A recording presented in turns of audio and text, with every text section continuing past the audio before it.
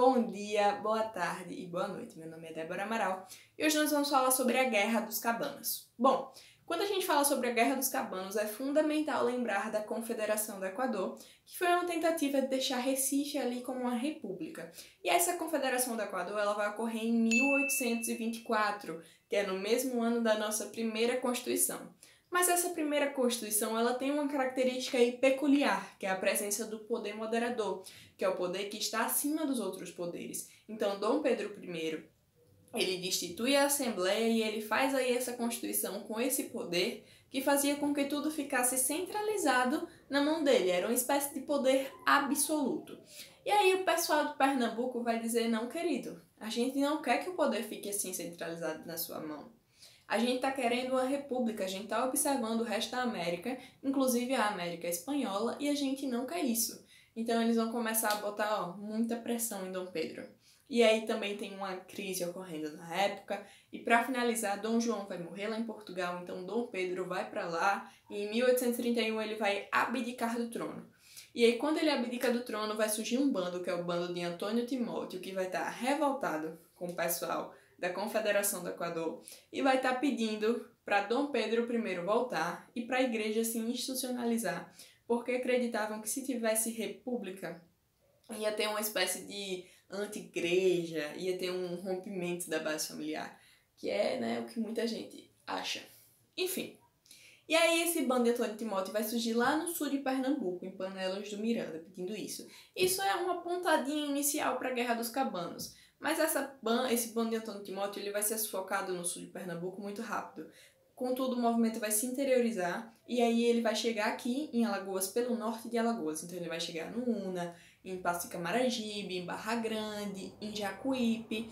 E quando ele chega nesses locais, esse movimento ele vai ganhar um caráter popular, porque ele vai ter o seu líder aí mais influente, que foi Vicente Ferreira de Paula, e ele vai ter índios, ele vai ter pobres, ele vai ter escravos. Então a gente inclusive pode dizer que essa foi a primeira revolta dentro do período regencial, fora daquele eixo ali do Rio de Janeiro, com caráter popular, pois essa população ela queria ter acesso à terra, queria ter acesso à comida e queria ter acesso à liberdade. Bom, quando ele entra no norte de Alagoas e chega em Jacuípe, é onde vão ocorrer as coisas mais bizarras assim da história, os melhores fatos da história estão concentrados em Jacuípe. Porque em 1832, Manuel Lobo, que era o presidente da província, que é uma espécie de governador do estado, eu pedi para fazer silêncio e pelo visto estão fazendo barulho. Vamos no barulho mesmo. Que era uma espécie ali de governador do estado, ele vai mandar construir um quartel para combater os cabanos. E os cabanos nessa época estavam lutando como uma espécie de guerrilha aí. E nesse mesmo ano também, muitos cabanos eles estão fugindo de Alagoas. E o que é interessante de Jacuípe, que era um aldeamento indígena, é que desde 1817 ela vinha sido comandada por brancos, que forçaram eles a lutarem tanto na Revolução de 1817, quanto na Confederação do Equador em 1824.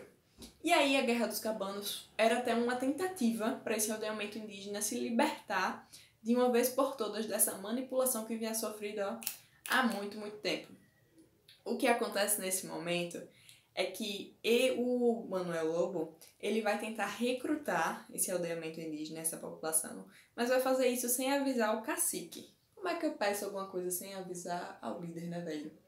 Além de tudo, foi muito inteligente. E aí, o cacique, quando soube que ele tentou recrutar a população para lutar contra os cabanos, ele pegou e falou, pera aí, que eu vou lá tentar me entender com o presidente da província.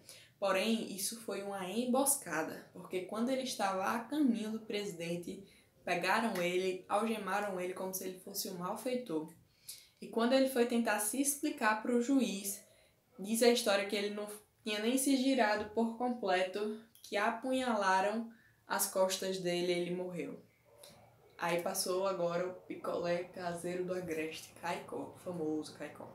E aí, a população, os índios que respeitavam muito ele, vai continuar, o Caicó, que respeitavam muito ele, vão ficar indignados. Agora tá mais alto. Deixa passar.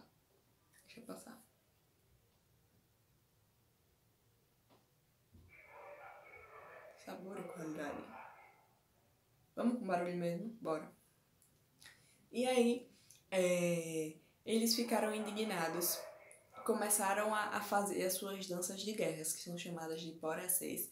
Então eles começaram a dançar ali ao redor do fogo e botaram fogo em 20 engenhos. Sabe o que é botar fogo em 20 engenhos? É gente rica perdendo 400 mil cruzados.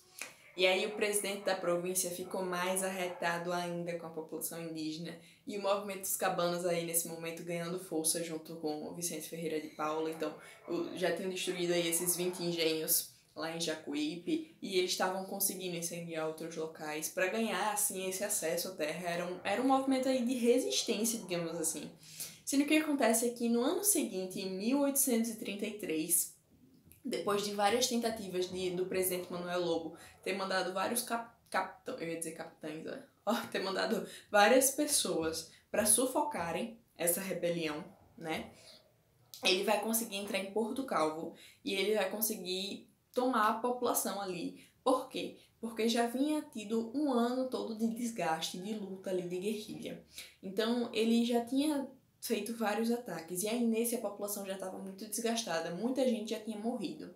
Então quando ele chega ali, ele consegue matar mais pessoas, consegue ainda pegar as armas dessa população e sair de Porto Calvo, consegue invadir Una também e o movimento ele vai começar aí a ser sufocado. E aí em 1834, Dom Pedro I vai morrer. Então eles pedindo a volta de Dom Pedro não fazia mais tanto sentido. E muita gente já tinha morrido e agora Dom Pedro morreu. Então o que acontece é que o presidente da província vai pedir para o bispo Perdigão, que era o bispo de Olinda, vir aqui conversar com a população, inclusive a população ali de Jacuípe, e pedir para que eles abandonem as armas, para que eles abandonem tudo, que eles vão ter anistia. Mas o bispo veio, conversou com o povo, e não deu, eu acho que 10 minutos que ele tinha tentado sair ali, e muita gente morreu. Mataram ali muitos mesmo, sufocaram o movimento. Então esse movimento ele vai acabar em 1835. Acabar entre muitas aspas, porque vai continuar tendo a luta aí, sobretudo dos escravos, que eram chamados de papamés, que eles vão continuar lutando pela sua liberdade. Só não vai ter a mesma força que o movimento ele tinha antes. E outra coisa que é importante é falar, esse movimento que é a Guerra dos Cabanos, ele não tem nada a ver com a cabanagem. A cabanagem ela começa em 1835 lá no Grão-Pará. É outra revolta, certo? Enfim, eu espero que vocês tenham entendido, que vocês tenham gostado, que vocês curtam e compartilhem esse vídeo. E muito obrigada por terem feito a gente chegar, né, no vídeo de número 10. É uma marca aqui para vocês, pode ser besteira, mas para mim é muito importante. Então a gente tem barulho, a gente tem o Picolé Caicó passando, mas a gente tem muito ainda a contar e a contribuir para a memória aí da história de Alagoas. É isso, compartilhem esse vídeo, curtam, se inscrevam no canal, enfim, fiquem bem. A paz invadiu meu coração. Eu tô feliz que é o 10º vídeo, inclusive pedi pros meus vizinhos trigêmeos, que não são trigêmeos, fazerem silêncio, pra gente conseguir gravar ele. Eu tô com calor, não ia ser porque eu inventei de botar essa. Vamos lá.